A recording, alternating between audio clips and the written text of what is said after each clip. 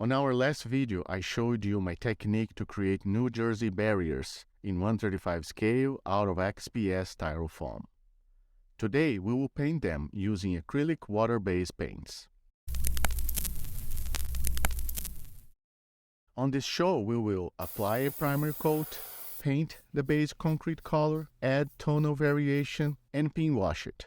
At the end of the video, I will share 3 bonus techniques that will take the barriers to the next level, making them pop on your next scale model scene.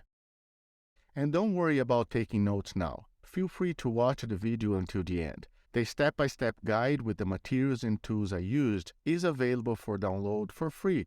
The link is on the description below. So let's jump right into it.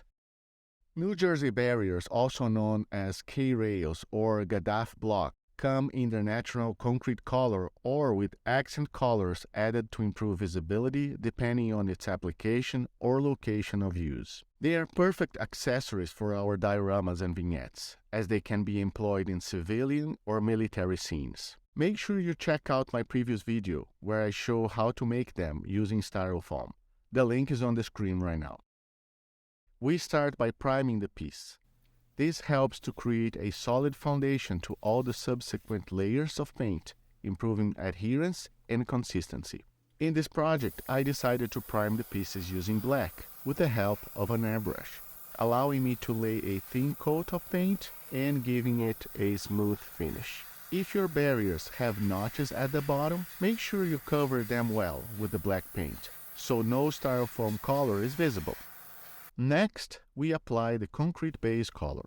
I decided to go with this concrete top coat paint from Woodland Scenics using a flat large paintbrush. Note that you can play with the opacity of the top coat layer.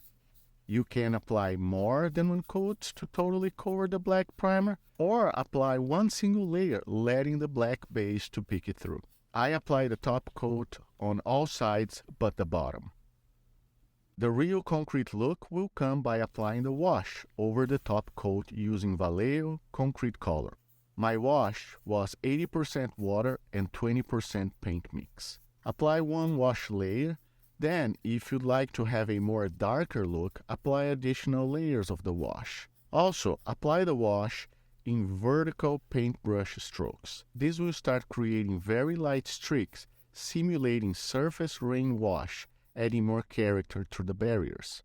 Take a look on the finishes you can achieve by varying the intensity of the layers we applied so far.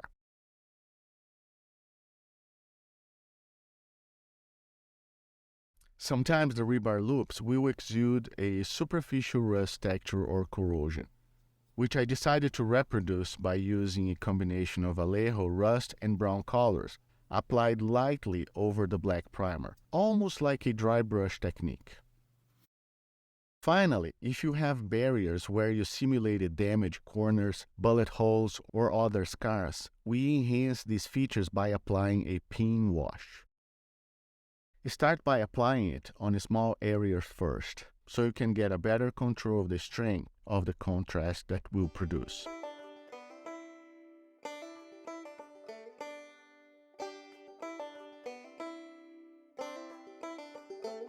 And use tap water to help remove the excess of paint.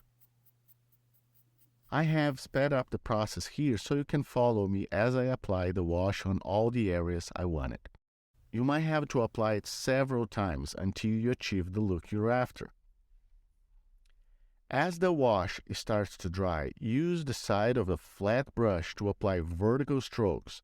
This will start creating the surface rain wash marks I mentioned on the tonal variation phase. Now let's add some color and more character to these concrete boring looking barriers.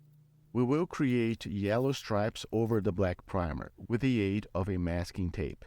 I just use a regular tape, nothing fancy here. The airbrush once again will come in handy to give you a perfect yellow smooth finish, totally covering the black base, but leaving both ends of the barrier alone. They will be painted with a concrete top coat, as they were not supposed to receive the yellow or black coverage.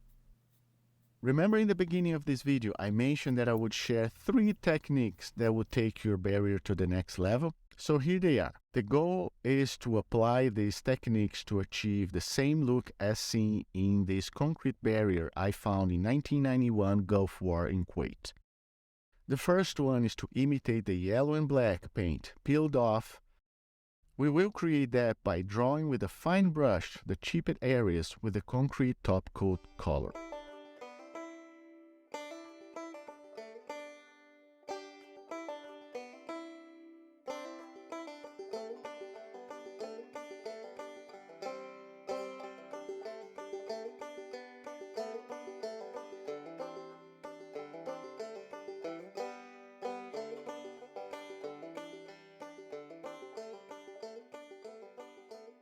Then we apply the same tonal wash process using Vallejo concrete color that we demonstrated before. This will allow us to harmonize the three colors and break the contrast a little bit at the same time that adds a dirty look to the barrier. Apply as many layers as you want, depending on the look you're after, and make sure you cover all sides. As the wash dries, remember to use the side of a flat brush to start creating the vertical dirt marks. These barriers are often covered in dust and exposed to elements, especially in desert scenarios. The next technique will create the rain marks as the dust gets washed down. We'll use buff color to simulate dust, making a wash solution of 80% water and 20% paint. As you apply the wash mix on the surface of the barrier, you can dip the brush on tap water to control the effect. As the paint starts to dry, use the side of a flat brush or a fine brush to apply vertical strokes. This process will start creating the rain marks. Playing with it, adding or removing the wash mix utilizing the water, until you are happy with the strength of the rain marks you want. This phase also helps to harmonize and break the contrast even more between all the paint layers we added up to this point.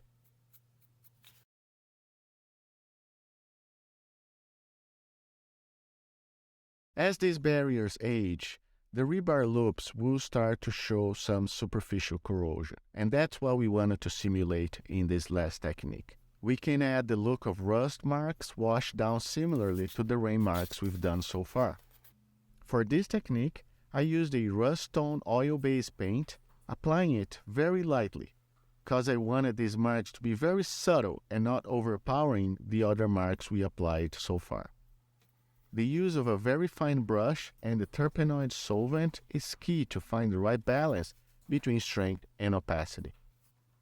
Keep doing it by applying more solvent until you're satisfied with the end result.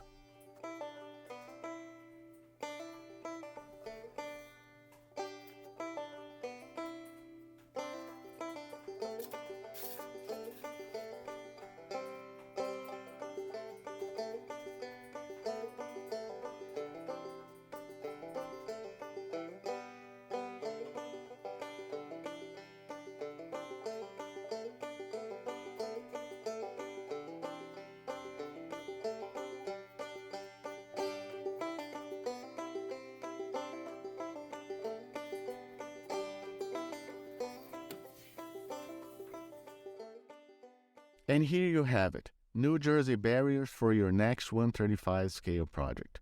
I hope this tutorial can inspire and help you to create your own concrete barriers for your next build. Let me know your feedback in the comment section below. You can find the link to download the PDF file with the materials, tools, and instructions to follow along for free in the description below. It describes all the steps you saw me follow in this episode. And if you like this video and you'd like to see me creating more content like this one, please give me a thumbs up and hit the subscribe button. Oh, and don't forget to click on the bell icon as well so you can keep up to date every time I post something new. Thanks for watching. We see each other on our next episode. Ciao.